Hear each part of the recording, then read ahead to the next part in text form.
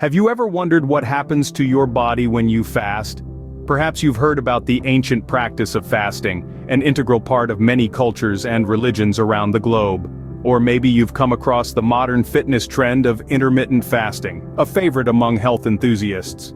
Fasting, the voluntary abstinence from eating for a period, is often hailed as a natural detoxifier, a reset button for your body's intricate metabolic processes. It's a fascinating concept, isn't it? The idea that simply not eating can bring about a host of changes in your body, changes that could potentially improve your health and well-being. But what does science say about this? What changes actually take place when you decide to forego that morning coffee, that lunchtime sandwich, or that evening dessert? How does your body respond when you break away from the routine of eating? Let's delve deeper into what science says about the changes that occur in your body during fasting.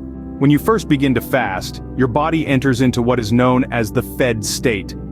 This is the period of time, usually around 4 to 6 hours after eating, when your body is busy digesting and absorbing the nutrients from the food you've consumed. During this phase, insulin levels rise.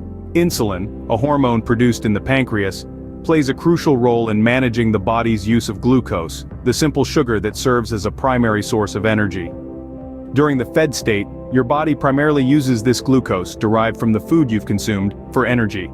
It's a bit like filling up your car's gas tank and then using that fuel for your journey. The body is very efficient in this state and will use what it needs and store the rest for later use. As the hours tick by and the nutrients from your last meal are used up, your body transitions into the postabsorptive state. This phase is essentially the body's in-between meals time. With the readily available glucose used up, your body needs to find another source of energy. This is where stored glucose comes into play. Stored in your liver and muscles in a form called glycogen, this glucose reserve is your body's way of ensuring it always has a fuel source available. When called upon, the glycogen is broken down back into glucose and released into the bloodstream to keep your body running smoothly. But what happens when those glycogen stores start to run low? Here's where things get interesting. As fasting continues, your body enters a state of glucose sparing. This is a survival mechanism designed to conserve glucose for the brain, which, unlike other organs, can't use anything but glucose or ketones, a product of fat breakdown, for energy. So, as you can see, the initial phase of fasting sets in motion a series of metabolic shifts, each designed to ensure your body has the energy it needs to function, even when food is scarce. As fasting continues, your body enters a state of glucose sparing, a survival mechanism to conserve glucose for the brain. As the fast prolongs, your body undergoes significant metabolic changes. The initial phase of fasting uses up the glucose stores in your body, and when these dwindling reserves near exhaustion, your body begins to look elsewhere for energy. So where does it turn? To stored fat. This is where the process known as lipolysis kicks in. Lipolysis is essentially the breakdown of lipids, which are the most abundant organic compounds in the body and include fats, oils, and certain vitamins. During lipolysis, these fat cells are broken down into fatty acids and glycerol, which can then be used to generate energy. But the plot thickens.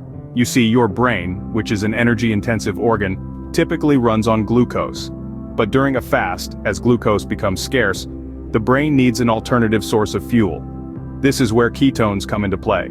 As lipolysis progresses, the liver begins to convert some of the fatty acids into ketone bodies. These ketones are then released into the bloodstream, where they can be used by the brain as an alternative to glucose. This shift in metabolism, from using glucose to ketones as a primary source of energy, is often referred to as entering a ketogenic state. The ketogenic state has potential benefits for both weight loss and brain health. For weight loss, it's pretty straightforward. Your body is burning stored fat for energy, which can lead to a decrease in body fat percentage. As for brain health, some research suggests that ketones can provide a more efficient source of energy for the brain, potentially improving cognitive function and even offering neuroprotective benefits. Thus, your body cleverly switches its fuel source during a fast, optimizing energy usage. The transition into a ketogenic state is a masterful adaptation by your body, a testament to its resourcefulness and resilience in the face of changing conditions. So next time you're fasting, remember, there's a lot more going on beneath the surface than you might think. Fasting also triggers other fascinating physiological changes. One such transformation is a process known as autophagy. In Greek, autophagy translates to self-eating, which is quite an accurate description.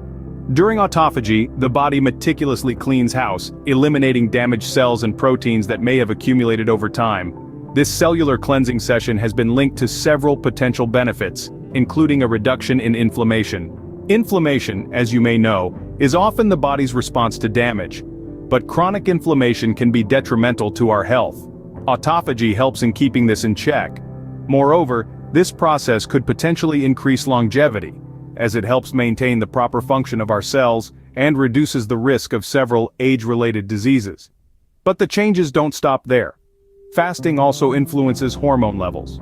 For instance, it can lead to an increase in human growth hormone, a hormone that plays a crucial role in growth, metabolism, and muscle strength. Beyond that, fasting can affect immune function, essentially giving your immune system a reset. This could potentially lead to improved immune response. And let's not forget about our gut health. Fasting can alter the composition of gut bacteria, promoting a healthier, more diverse microbiome. This is significant as a healthy gut can have profound effects on overall health, influencing everything from digestion to mental health.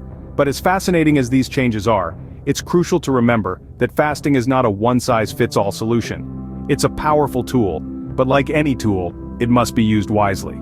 It's essential to approach fasting with caution and seek professional advice, especially if you have a pre-existing medical condition or are pregnant. While fasting induces notable changes in your body, it's essential to approach it with caution and seek professional advice, as it may not be suitable for everyone. It's all about finding what works best for you and your unique body.